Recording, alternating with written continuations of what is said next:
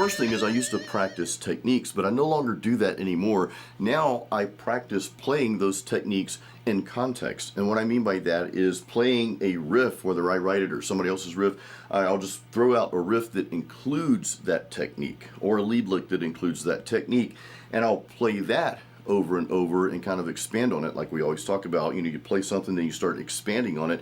And again, I'll practice that technique within the context, an actual riff or lick.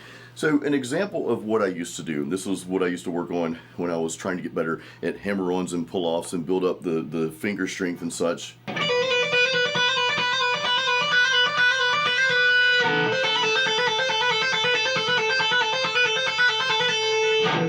Something like that, but I would just pick like 3 notes, and I'll show you exactly what I did. I would pick 3 notes and just go back and forth, hammer on, pull off, to build up dexterity and strength in my fingers and to try to help with timing and that sort of thing. But I just got bored with that. I mean, I'd play that over and over until my hands would start cramping up. And I'm not going to necessarily say that's a bad thing. I'm not going to say, well, don't do that, don't practice just the technique. But my opinion on this is I think it's much better if you can fit that into something that you would actually play as a guitar solo. And a couple of things you could do. So for example, I played 2 little patterns, right? You could smush those together and that might sound a little bit more like a solo, like this.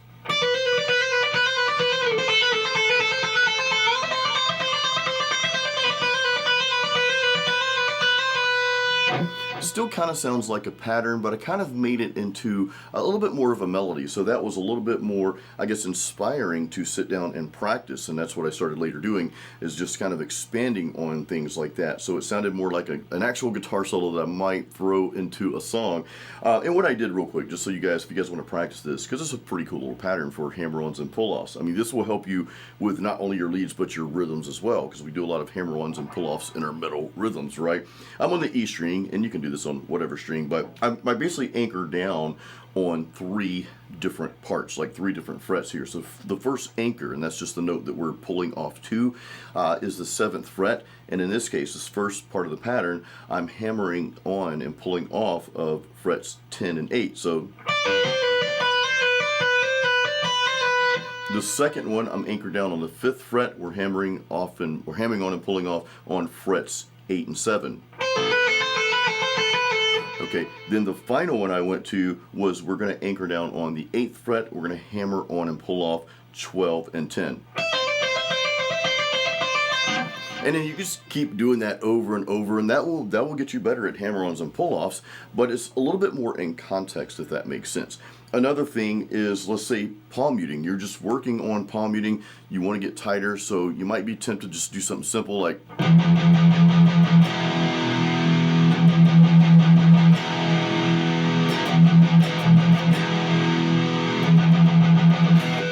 Okay, and you get faster and faster or whatever, like at your down picking and just palm muting that E string, that open E string, maybe, throwing in the E power chord. What I would rather, or I'd say what I started doing, and I would encourage you to maybe do this as well, is instead of just the junt, junt, junt, junt, add some other chords to that. Again, put the technique, which is in this case kind of a 2-for-1 special here, right? We're down picking, we're practicing our down picking, and we're practicing our, getting tight at palm muting. So throw some other chords in there.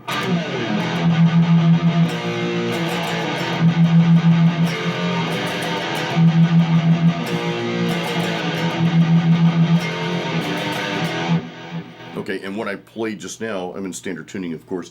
We're not hammering down, but we're playing the E power chords, like we're hammering everything, right, after we do the hammer-ons and pull-offs.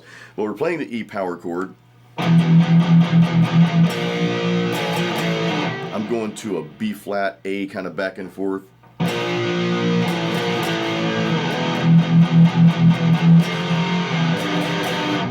The second time around, I go to the F power chord. Then I play a variation. I talk about this a lot in my lessons and videos. A variation of the G power chord. Instead of this, I do this. First 2 strings, frets 3 and 2, then 3 and 3, and kind of back and forth. I always love playing the variations of the power chords because it just gives it, I don't know, it gives it like a different texture that changes things, right? So anyway.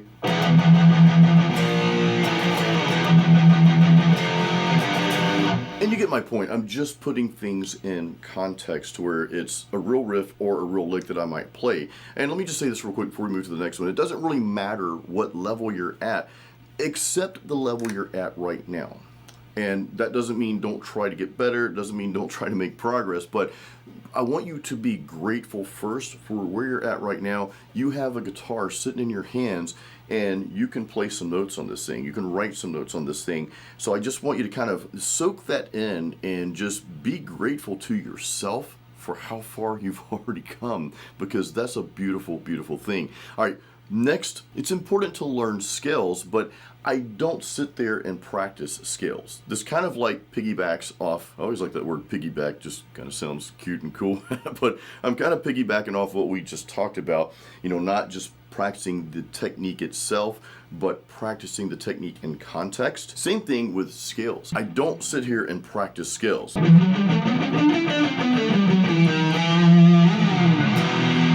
Instead, I'll take the notes within that scale. And there was a time I did practice them. And again, I'm not saying it's not important to practice them. I'm just saying once you know the scale, I really don't see much point in practicing, because there's only one reason that I would want somebody to learn the scale, like a minor scale or major scale. And I'll explain what I mean by that in a second. I'll tell you exactly what that is. But instead of playing that actual scale, so we just played E minor.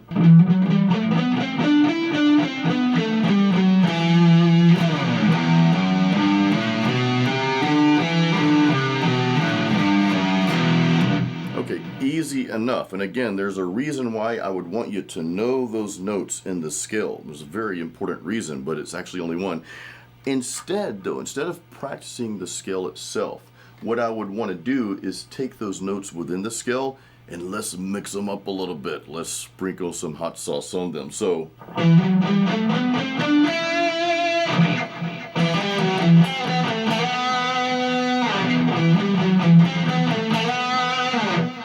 right there, I just took that E minor scale, took the notes within that scale, and I just played a few of the phrases backwards. The important note, the pun's always intended, you guys know that, but the important note that I want to share with you here, check this out. Listen to what we're going to do after this, and we're just making this up as we go along. You and I, we're sitting down right now, we're writing some cool tunes, we're saying, no man, we're not going to practice these boring scales. Let's take the notes within the scale because we know it, but let's make something else out of it. So check this out.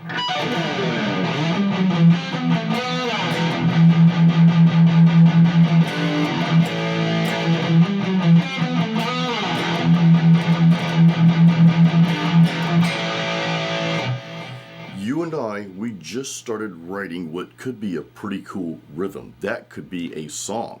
And this is the whole point of not just practicing the scale. And I'm not anti-scale or anything. Again, I'm going to tell you the very important one reason to learn the scales in a second here. But when you start mixing the notes around a little bit, you start forming different melodies.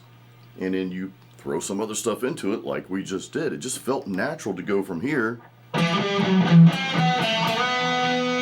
to here. We're taking notes within a scale and we're just making something else. So that could be your practice pattern. It's like, okay, I don't want to play the boring scale. Do this instead.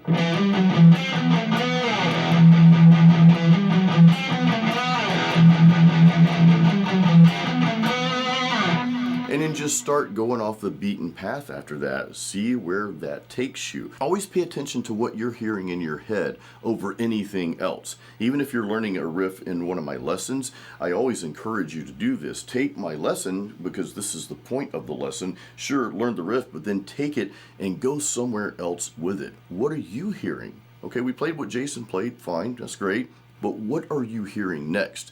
That's where I want you to take it after that. So don't ever be afraid to just go off and explore and venture out, and just whatever's in your head, and I'd say in your heart as well, just lay that down onto your fretboard and see where that takes you. It's a journey, and it's a really cool journey. Real quick before we go to the last one, the thing about scales, the reason why I would want anyone to learn the scale, and let's just say the minor scale, for example. So we just played E minor scale.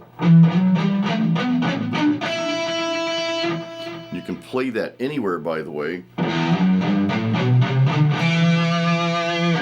reason why I would want you to learn that scale, minor scale, is because now you know all of the notes that fit naturally within a certain key. So if you wanted, let's say, go jam with your buddies, let's say you've got a friend that's in a band and their guitar player, he drank too much and he can't play anymore, so they say, hey Joe, Chrissy, or whatever your name is, they call you up, it's like, we need you to come fill in for us. Okay, well, cool. Crap, I don't know the song. Well, hey, this song's in the key of E minor. Well, guess what? You know the E minor scale, and you know it across the fretboard, and it's very easy. I got another video on how to learn that, like a super stupid easy way to learn all the scales, all the minor scales. I'll link to that video in the description here. But you know the notes. My point is, you know the notes within that key, and within really any key, because everything kind of works together. So you can, without knowing the song, you can kind of fill in and just kind of play along and make up some stuff and ad-lib and just play along with the band. So that's the important part of learning the scale, because you're basically just learning the notes that fit within a key. And like I said, once you know one scale, especially like the minor or the major, well, you pretty much know them all because it's just a structure. Again, I'll link to that video in the description so you can go check that out after this video. Number 3, I used to say, don't noodle. I used to be against just noodling. I would tell people, you need to practice these techniques. I would kind of tell them to do what I've been telling you I don't do anymore in this video here. And look, it's not to say that there's not a time and place to go through certain techniques. If you're having trouble, break it down into just a few notes and go over that, right? But I still would rather you learn things in context. I still would rather you play an actual riff and just break that riff down a few notes at a time. And this way you're implementing not only one technique, but a lot of techniques in one. And once again, this is very important. You're playing it in context. You're playing it like an actual riff or a solo. So I used to be against noodling. I would say, no, don't noodle. Because, you hear everybody in the guitar shop when you walk in, they're just, noodling. I bet that's like a kind of headachy to work in a guitar store, and like everybody's noodling and they're in different keys and playing different things. It's like nails on the chalkboard. All jokes aside though, actually I'm a big fan of noodling, and I would almost tell you it's one of the best things that you can do. The reason why is because we're kind of fitting in everything we've talked about up to this point. And if you go back and sort of just let this conversation that you and I are sitting down having right now, just kind of let it soak in and kind of step back and think about things. The core of this is to play things within context, is to play things with more feeling and emotion than trying to make it some kind of math equation. It's like, well, I'm going to overthink all these notes because I need to know this and that and so forth, and I've got to practice this or practice that. It's got to be perfect. I mean, maybe there's some truth to some of that, right? I'm not saying, play sloppy, but at the same time, I really want you to play with emotion, because this is not a math equation, all right? It's not a math equation. It's not something that's supposed to be robotic. It's not something that's supposed to be perfection. This is played, and notes are written on this thing with emotion. Music, it's an emotional experience. That's what it is. And if you try to overthink things too much, if you find yourself, well, it's got to be this or it's got to be that, try to stop yourself and just kind of push that to the side and let what you're hearing in your head and let what you're feeling in your heart, let that take over this thing. And then of course you're practicing the techniques along with, but in context with the riffs and with the leads that you're working on. So I think noodling is actually one of the greatest things you can do. And again, I used to kind of like talk against this, but if I'm just noodling, a lot of times, sure, I might be prone to go to the, the lowest note, the heaviest note. Actually, let's change this up a bit.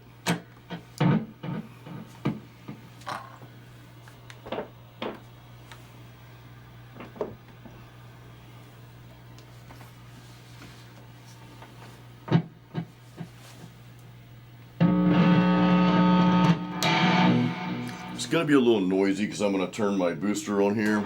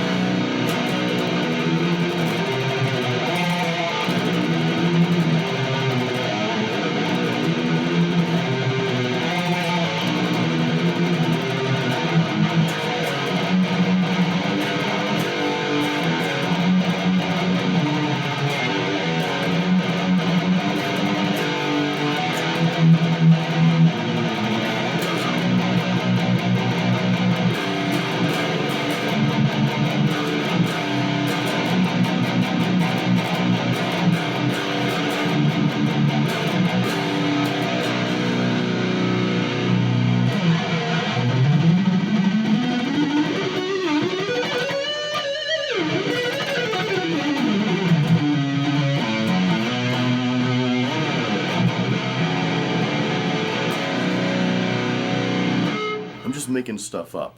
And granted, some of what I just played now, actually, this is my new 7-string if you haven't seen it yet, by the way. This is the Ibanez Prestige RGR762AH. I've got an unboxing on this guitar. A lot more videos to come on this, but not to get too deep here into 7-string, but some of what I was playing just now, I didn't plan any of this, so if I screwed up, well, I just screwed up. Who cares? I'm noodling, I'm just jamming.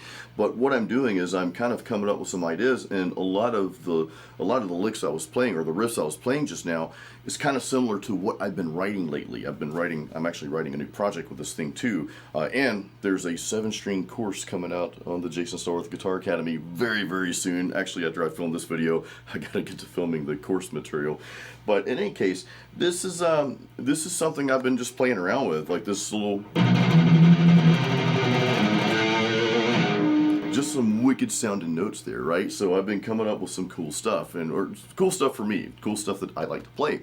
And that's my point to all this. I want you to play what you like to play. I want you to play what you enjoy playing. And when you're noodling, that's when this stuff comes out. That's when it's like, okay, I'm having fun doing this. I'm having a good time. And as you noodle, you kind of get better at the noodling that you're doing. And what I mean by that is you're developing your own style of playing, because as you noodle, you're just coming up with stuff on the fly.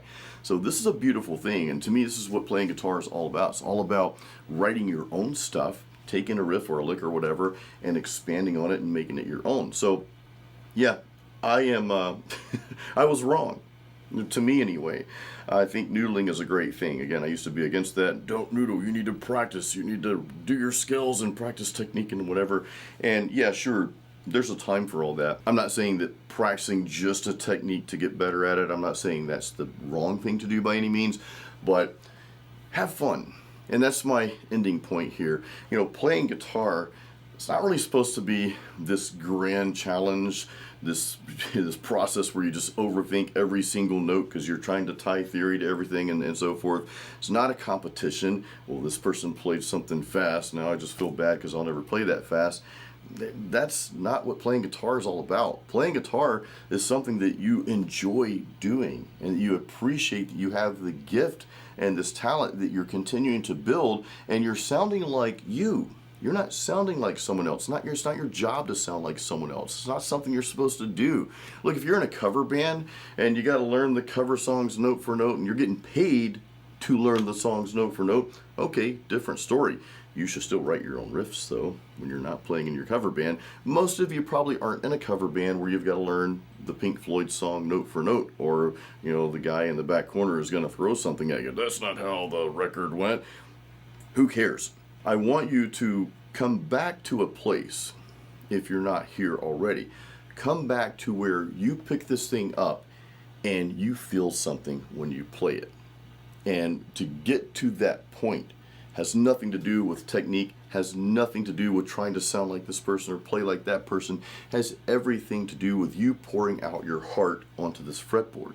That's what it's all about. So yeah, have fun with it. Even if you're a professional musician, look, I play music for a living. Even if you're somebody that's touring, you're in a band or whatever, I would say it should be even more fun. Otherwise, just go get a regular job. And that's really my point to all this, is take yourself to that place when you first had the desire to pick this thing up. And when you learn those first few notes, you're like, whoa, this is cool. I'm actually doing this. Get yourself back into that headspace, appreciate where you're at right now, and just have fun playing metal guitar. So guys, I hope you enjoyed this video. I love sitting down with you and just chatting. We're just hanging out, having a cool time, playing some tunes together. So I really hope you enjoyed.